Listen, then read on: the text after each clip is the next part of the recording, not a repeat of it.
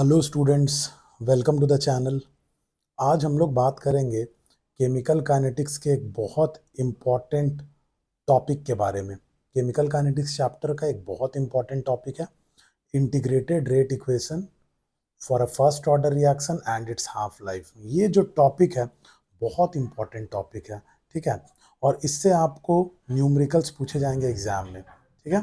चाहे वो board exam हो, चाहे जेई या नीट के एग्जाम हो, उसमें न्यूमेरिकल्स आपको पूछा जाएगा। तो सबसे पहले देखिए, इंटीग्रेटेड रेट इक्वेशन का ये फर्स्ट ऑर्डर का इंटीग्रेटेड रेट इक्वेशन है।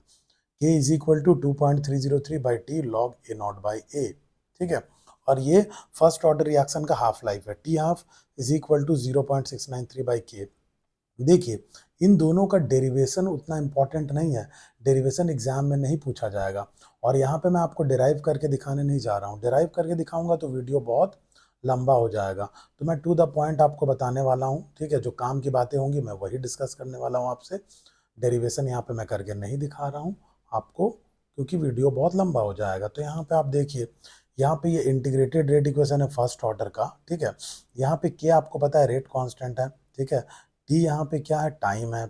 Log of A naught by A naught को ध्यान से रखिएगा।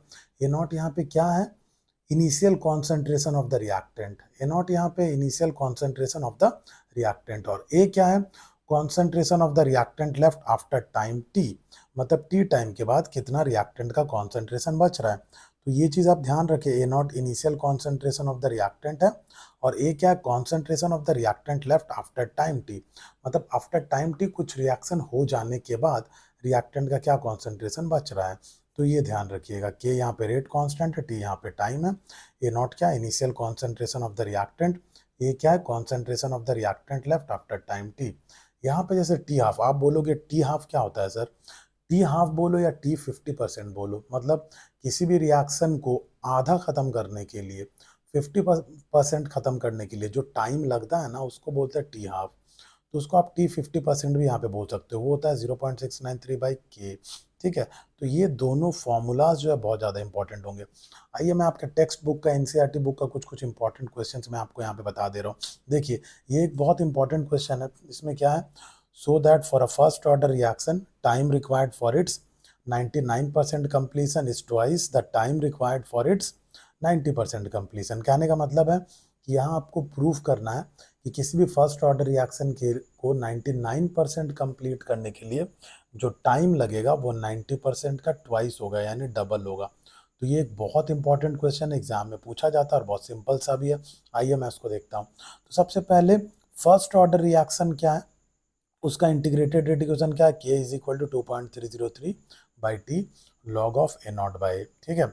तो अब देखिए, फॉर 99% कंप्लीशन, देखिए मैं आपको बार बार एक बात बताता हूँ कि न्यूमेरिकल्स बनाने के लिए आपको थोड़ा सा तरीका आना चाहिए। लिखते हुए न्यूमेरिकल्स बनाओ, आप थोड़ा सा स्टेप बाय स्टेप आप बनाने का कोशिश करो। ऐसा नहीं कि सिर्फ आप मल्टीप्लाई डिवाइड करके कैलकुलेशन करके डायरेक्ट आप आंसर निकाल दे रहे हो, नहीं, ठीक है। आप मल्टीप्लाई डिवाइड नहीं कर रहे हो, यहाँ पे बनिया का दुकान नहीं है जो कॉपी में हिसाब किताब चल रहा है। तो आपको लिखते हुए बनाना होगा, ये चीज़ ध्यान रखना।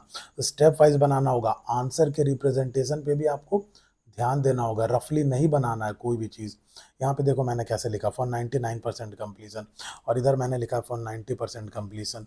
तो देखिए, फॉर 99% कंप्लीशन के लिए क्या लिखा है, टी 99%, वो क्या होगा 2.303 by K log A naught by. तो देखिए 99% कंप्लीट हो चुका है, मतलब इनिशियल कॉन्सेंट्रेशन अगर हम 100 लेंगे तो बचेगा कितना, 1, क्योंकि 99% तो कंप्लीट हो चुका है रिएक्शन।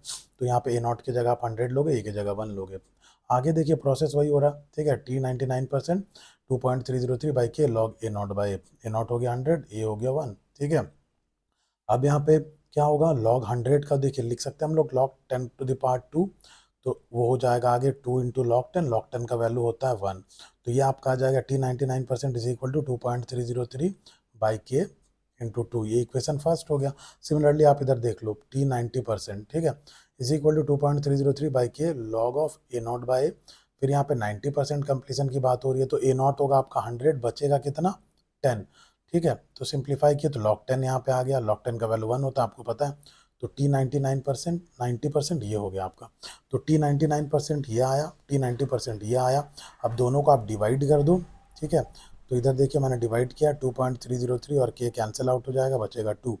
इधर क्या आया T99% upon T90% is equal to 2, यानी T99% is equal to twice into T90%। तो ये आपको प्रूव हो गया। ये बहुत इंपॉर्टेंट और बेसिक सा क्वेश्चन आपको अक्सर ये स्कूल में पूछा जाएगा, ठीक है, बोर्ड्स वगैरह में पूछा जाएगा, तो इस चीज़ का आप ध्यान रखें। आइए अब आगे इसी तरह का एक और क्वेश्चन मैं आपको, ठीक है, दिखा रहा हूँ। देखिए सेम इसी तरह क्वेश्चन है। So that in case of a first order reaction, the time required for 99.9% completion is about 10 times, ठीक है, then the time required, then that required for half the reaction।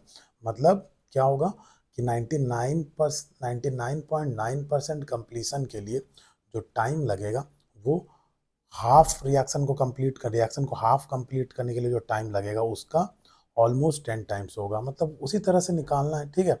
एक बार आप T99.9% लेंगे, ठीक है, इसी तरह से जैसे मैंने इसके पहले बताया था। तो जहाँ पे आप T99.9% लेंगे वहाँ पे ए नॉट लेंगे आप 100, और 99.9% कंप्लीट हो जाने के बाद बचेगा कितना, ए बचेगा 0.1। मतलब T99.9% में आपको T99.9% में क्या हो जाएगा, ए नॉट 100 होगा, ए 0.1। उसके बाद आपको हाफ खत्म करना, मतलब वहाँ पे टी हाफ यूज़ करना है आपको। तो टी हाफ का फॉर्मूला अभी मैंने बताया, ठीक है, देखिए, ठीक है, टी हाफ का फॉर्मूला अभी मैंने बताया 0.693/k, ठीक है। तो दो इक्वेशन बन जाएगा, एक T99.9% वाला और एक टी हाफ वाला। आप डिवाइड करोगे, ठीक है, तो आपको आ जाएगा T99.9% इज इक्वल टू, ठीक है, 10 इंटू टी हाफ। 9.9 समथिंग आएगा, लेकिन वो क्या होगा, नियरली इक्वल टू 10 होगा, ठीक है। तो T99.9% इज इक्वल टू क्या हो जाएगा आपका 10 इंटू टी हाफ। तो ये क्वेश्चन बन गया। अगला फिर ये आप देखो, ये एक बहुत इंपॉर्टेंट क्वेश्चन है, ठीक है, ये भी आपके स्कूल लेवल में पूछेगा। First order reaction takes 40 minute for 30% decomposition, calculate T half. मतलब एक फर्स्ट ऑर्डर रिएक्शन को 30% कंप्लीट करने के लिए 40 मिनट का टाइम लग रहा है। आपको क्या निकालना है, टी हाफ, ठीक है। तो यहाँ पे देखिए कितना परसेंट कंप्लीट हो रहा है, 30%। तो ए नॉट होगा 100, बचेगा कितना, ठीक है, इसको बोलते हैं ए होगा 70। तो देखिए K is equal to 2.303/t log of A naught by A naught की जगह पे यहाँ पे क्या ले लो, ठीक है, 100, ठीक है, इनिशियल कॉन्सेंट्रेशन होगा ए नॉट, और बचेगा कितना यहाँ पे 70। तो देखिए आप 0 0 कैंसिल हो गया, लॉग 10/7। अब लॉग को सॉल्व करना मैंने आपको बताया, अगर आप किसी को नहीं आता होगा तो वो पिछले वीडियो में जाके देख लीजिएगा, लॉग एंटी लॉग मैंने बताया हुआ है, ठीक है। तो लॉग 10/7, लॉग 10 माइनस लॉग 7 आएगा, के का वैल्यू यहाँ पे निकल जाएगा। टाइम देखिए आपने यहाँ पे मिनट में पुट किया 40 मिनट, तो के का वैल्यू पर मिनट में आएगा, ठीक है। जो भी आएगा यूनिट लिखना मत भूलना भाई, ठीक है। आप डायरेक्ट वैल्यू लिख दोगे, यूनिट आप छोड़ दोगे तो फुल मार्क्स आपका काट सकता है। कोई खड़ूस टीचर अगर मिल गया ना तो पूरा मार्क्स काट देगा, आप कुछ नहीं बोल सकते। तो यूनिट ज़रूर लिखना। तो के का वैल्यू यहाँ पे आएगा पर मिनट में, फिर उसको यहाँ पे पुट कर देना, T half is equal to 0.693/k। तो आपका टी हाफ आ जाएगा, और टी हाफ मिनट में आएगा, ठीक है, क्योंकि के का वैल्यू यहाँ पे पर मिनट में आ रहा है, तो टी हाफ मिनट में आएगा। ये एक इंपॉर्टेंट क्वेश्चन था। एक और चीज़ मैं आपको बताने जा रहा हूँ कि रेडियो एक्टिव डीके भी जो है ना वो फर्स्ट ऑर्डर काइनेटिक्स को फॉलो करता है। रेडियो एक्टिव डीके क्या होता है, ठीक है, कोई भी रेडियो एक्टिव सब्सटेंस है, ठीक है, over the period of time धीरे धीरे वो डीके होता जाएगा, ठीक है ना। धीरे धीरे उससे पार्टिकल्स इमिट होंगे, अल्फा बीटा गामा जो भी है, और वो क्या हो जाएगा, धीरे धीरे डीके होता जाएगा, उसी को बोलेंगे रेडियो एक्टिव डीके। और radioactive decay first order kinetics को फॉलो करता है। मतलब रेडियो एक्टिव डीके का जो भी क्वेश्चन आएगा उसको आपको फर्स्ट ऑर्डर काइनेटिक्स के हिसाब से आपको उसको बनाना होगा। तो देखिए यहाँ पे एक क्वेश्चन है, the half life for a radio active DK of C14, ठीक है, इज 5730 ईयर। काफ़ी लंबा टाइम है, धीरे धीरे डीके होता है, इसीलिए हाफ लाइफ देखिए कितना है, 5730 ईयर। उसके बाद बोल रहा है an archaeological artifact contained wood that had only 80% of the C14 found in living tree, estimate age of the sample. तो यहाँ पे देखिए आर्कियोलॉजिकल आर्टिफैक्ट क्या है, ठीक है।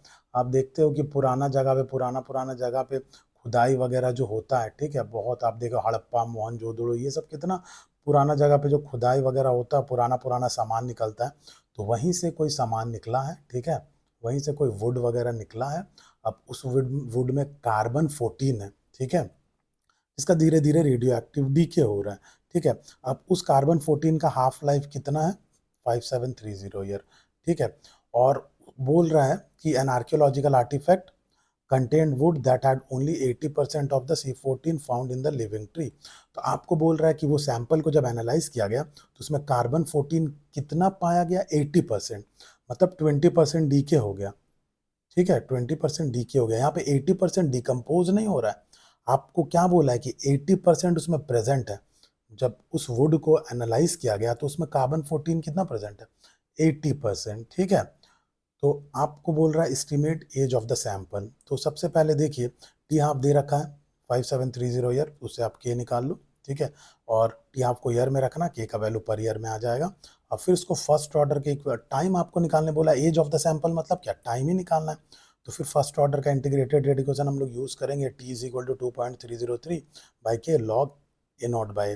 देखिए रेडियो एक्टिव डीके में ए नॉट बाई की जगह पे एन नॉट बाई एन भी लिखा जाता है, ठीक है। आप ए नॉट बाई भी लिख सकते हैं, एन नॉट बाई एन भी लिख सकते हैं। एन क्या है, इनिशियल, एन लिखोगे तो क्या होगा, N is equal to initial amount of the radioactive substance, sorry N naught लिखोगे तो एन नॉट क्या होगा, initial amount of the radioactive substance, और एन क्या हो जाएगा, amount of the radioactive substance left after time T. तो इसी तरह से आप ए नॉट बाई ए की जगह पे एन नॉट बाई एन भी लिख सकते हो, कोई प्रॉब्लम नहीं है, ठीक है।